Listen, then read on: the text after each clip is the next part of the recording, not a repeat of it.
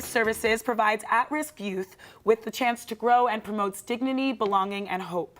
Hello and welcome to Brookdale Newsmakers, your source for what's happening in and around our campus. I'm your host, Sophia Parola, and here joining me is Sister Debbie Drago, and she is the Executive Director of Collier Youth Services. Hello, Debbie. How you doing? Hi, Sophia. I'm fine. How are you doing today? I am very well. Thanks so much for coming. It's my pleasure. So let's start by talking about Collier Youth Services. What is it? What is the mission? And how did you guys get started? Okay, so we've actually been around. We're about eight miles up the road from here since 1927, so over 90 years. Wow. Yeah, wow. And sometimes people say we're the best kept secret of Monmouth County. We're hoping to change that. Yeah. Yeah, so our services, we say for at-risk youth. I don't particularly like that title because really our youth are full of promise and full of potential. They just need a place for people to recognize that and help them to discover that within themselves. Wow.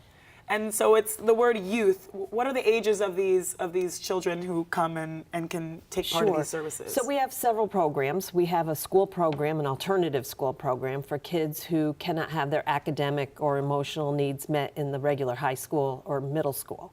So that's for middle school and high school students. So I guess ages 10 through 18. Okay. Yes, and they're young people who have experienced either significant trauma in their lives, mental health issues, some behavioral issues. We work with young people who are extremely bright and talented, but they may have areas of growth in emotional and social development. So, the school is from 10 to 18. Then we have two residential programs, one in Red Bank, New Jersey, and one in Keyport, New Jersey. And the one in Red Bank, we have 10 adolescent girls, and their ages are 13 to 18. Wow. And then in Keyport, it's for young women who have either aged out of the foster care system or are at risk of being homeless. And that's for 5 young women, ages 16 to 21. Wow. Yeah. That is and then amazing. Our camp. We have a camp. Yeah, you guys too. have a camp. We have to talk about the Okay. camp. So we have Cattery Day Camp. We're going to be beginning our 43rd year. It's primarily targeted to children and families in Monmouth County who are financially struggling. So I would say that probably 95% of our youth that come to camp or our counselor and training program are eligible for free lunch or reduced lunch. That's a program that's also near and dear to my heart. Wow. Because we can bring those young people up to our beautiful campus. We have 260 acres. They go hiking, they learn to swim. We have 2 literacy programs that we're passionate about because we know reading can make a difference in people's lives. Absolutely. So they're having fun and learning at the same time, and they're safe, and their families are extremely grateful that they have a place where they're being supervised and safe and enjoying the summer. Wow, that's so amazing. You guys offer so many programs. We do. Wow. So how do you find these families that you guys serve? Can they reach out to you? Do you guys find them? Yeah, so many different ways. For the school, we work with the districts. And so often the districts, the child study teams of the districts will reach out to us, asking us to, interview the student to see if it would be a good fit for them. Okay. Also, sometimes students themselves research us on the web. Wow. And then we'll ask their parents to try to set something up. But all of the kids that come to our schools are classified. So it really has to come through the district. Okay. So that's how our students come to us. Our young people in our residential programs, I would say the group home in Red Bank, it's usually through either their families are in need of help or through the care management organization, CMO. So each county has their own CMO organization. They would refer, the young people to that program. Wow. And then let's see. Our transition home, which is in Keyport, often that's word of mouth, and young people will, they know other young people that are in need of a place to kind of get on their feet. They need a safe place to live, a place to learn life skills, to save some money while they go to school. Some of our people are either in vocational programs there, or I think we even have kids, young adults that attend Brookdale.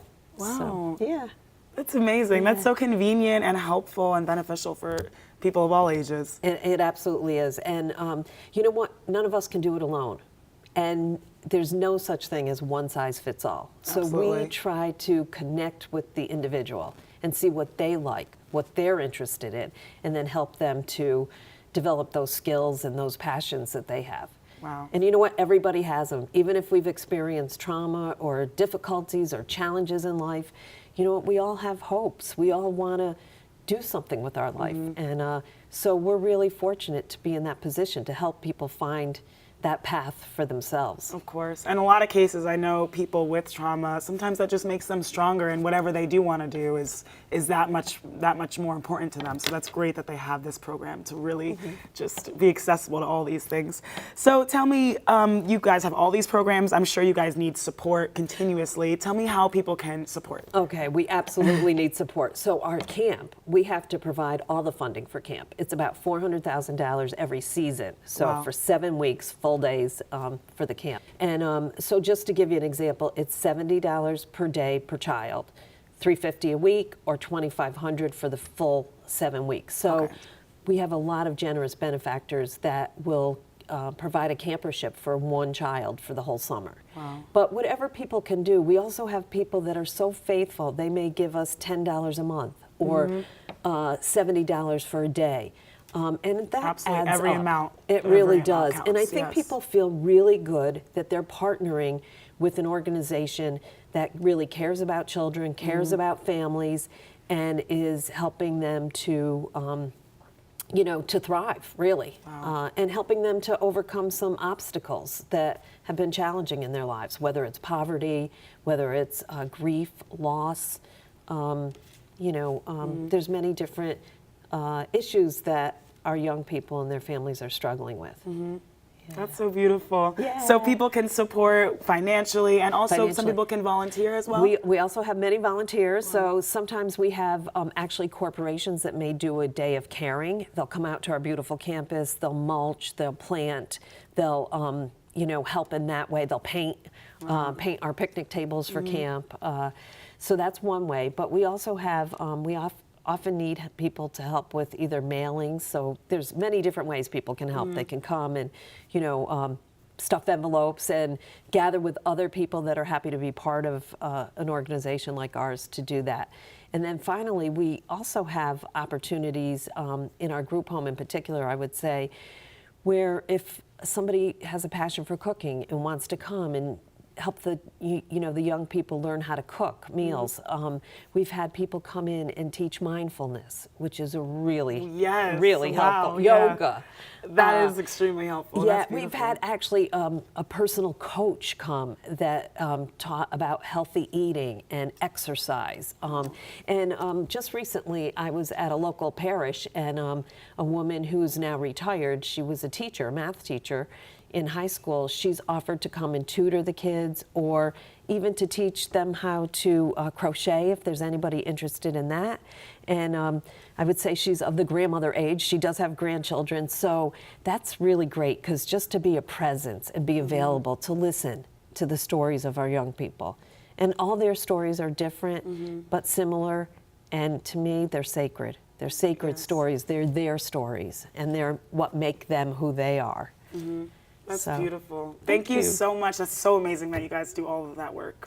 Well, it's a pleasure. Actually, it's a privilege. It's beyond a pleasure. I can tell it's you're a so privilege. passionate about it, Yeah, and you guys yeah. care about it very, Yeah, very much. yeah. Thank you so much for coming on the show and telling you're us all welcome. about it. I know this flew by, these minutes, but I think we have a lot. They can log onto your website as well to learn more and to donate. Absolutely. Yes, that would Wonderful. be great. Well, thank you so much for coming on Thank our you so show. much, Sophia. To learn more about their program, please log on their website. We will see you next time on Brookdale Newsmakers.